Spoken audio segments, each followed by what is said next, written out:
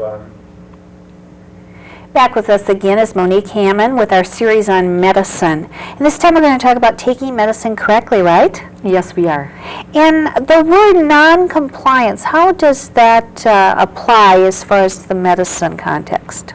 Well, non-compliance basically, Kay, is a big fancy word for saying people are not taking their medicine correctly or they are not taking their medicine at all.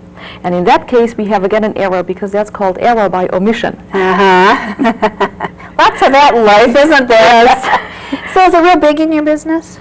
Yes, it seems to be. And there was in a pharmacy magazine, a professional magazine, that just had a couple of months ago a lead article on this, and they called it a silent epidemic. And you know, you really kind of have to believe what they are saying. They come up with some statistics where like over half of the prescriptions that are filled every year in the United States are taken incorrectly in some way or another. People make mistakes with them. And that 10% of hospital admissions are directly related to people making errors in taking their medicines, in treatable conditions, that is. And then also, you know, that people get, have decreased life expectancy because of this.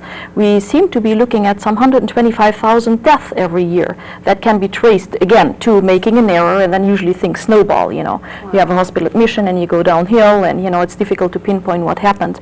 And so, but at the origin of it was a mistake of some kind. That's staggering. Right, it is. It really it's a very frightful statistic, and but it seems to be a real problem. What are some of the reasons this isn't being done correctly? Well, there are a lot of reasons. First of all, some of it is we don't use good sense. You know, like I don't know if I mentioned before already once that people do not read the labels on their prescription vials. That happens commonly, and people take medicine in the dark. They take medicine in a dark hallway, or they think that they know where their prescription is kept, and it is in a different place. And so one morning I was working, and a lady called, and she had taken her husband's diabetes pill instead of her blood pressure pill. Wow. And I was worried.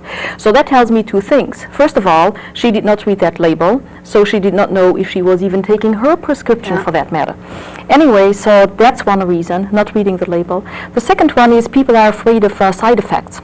And they might feel that their condition does not really make them sick, such as, high cholesterol or blood pressure. You know, you don't feel those things until you have the big cabal, right. Yeah. And so they might not do it because of that. And then also because they get some side effects, they stop taking the medicine, and they don't even call the doctor. Yeah. And depending what you're talking about, you're having a lot of problems. Be very serious. Right. Go ahead. Oh, yeah. One more, that is my favorite one. The price seems to become a problem. Now, again, we have heard a lot about prescription pricing, and it's going up and up. You know, all the new products, there is nothing that comes out that's under $1.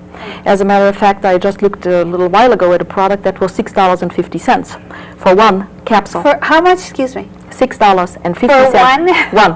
One. So pretty soon there, you could have a pretty good meal if you take a couple of those a day. Yeah. So anyway, so people try to cut their tablets in half, or they try to take it every other day because they feel doing a little bit something is better than doing nothing. Right.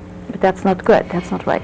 The other thing that I'm real aware of, even with some of my friends who it's like, I really can't believe in this day and age people do this, but they don't finish certain prescriptions. Oh, yes, commonly done with antibiotics. Yes. Like you have a pneumonia and you get a week, let's say 10 days prescription, and after about 4 days you feel better, and so then you forget to take it. Or they think that they don't need to because they don't, or they feel better. That's right. People relapse, and they never get better. And so there is a lot of personal damage and a lot of damage to society that we also do because it gets very expensive. Well, time is running out on us once again, Monique, but it's always a pleasure to be with you. I understand you're going to have a program soon, too, 2-minute clips? Well, I'll try to do that, and I'm also working on a segment that I'm going to do on my own for the Minneapolis section, and so I'm working on that. What you need is time. Yes. We all know. Well, we'll look forward to joining you again next time. Okay, thank you, Kay. And we'll be right back.